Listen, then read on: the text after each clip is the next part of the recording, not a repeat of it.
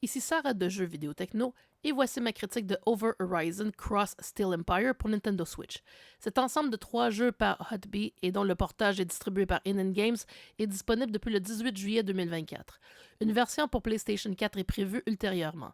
De plus, des versions physiques sont disponibles auprès de Strictly Limited Games, dont Over Horizon sur cartouche NES et Steel Empire sur cartouche Sega Genesis.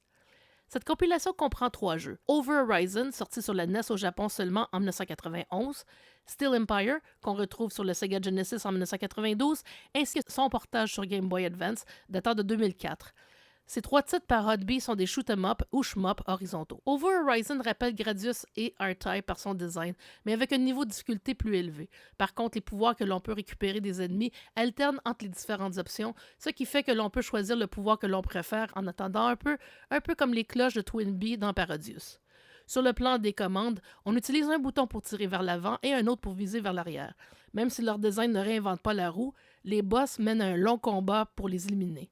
En tout, on retrouve 6 tableaux aux environnements variés, dont un niveau où il faut tirer sur les blocs de glace pour les déplacer et laisser passer notre vaisseau, tout en détruisant les ennemis écrasés par eux. La musique est entraînante et le jeu inclut un mode personnalisé où l'on peut modifier les armes de notre vaisseau. Dans Steel Empire, on se retrouve dans un mode steampunk où l'on tentera de repousser les attaques ennemies dans 7 niveaux. Tout comme dans Over Horizon, on utilise un bouton pour tirer vers l'avant et un autre vers l'arrière. On peut également activer des bombes en appuyant sur ZR. Les ennemis sont colorés et originaux. On y retrouve même des tracteurs volants et des moulins qui menacent de s'envoler. Au début de chaque tableau, on peut choisir entre un avion monoplace et un zeppelin, l'un étant plus rapide et maniable et l'autre plus résistant aux attaques, puisque la barre de vie est rallongée pour survivre un peu plus facilement.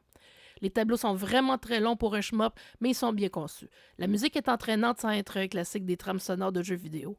On retrouve bien quelques ralentissements, mais rien de réellement agaçant. La version Game Boy Advance améliore certains éléments du jeu, notamment en rendant plus évident les sections des vaisseaux des boss qui sont vulnérables à nos tirs.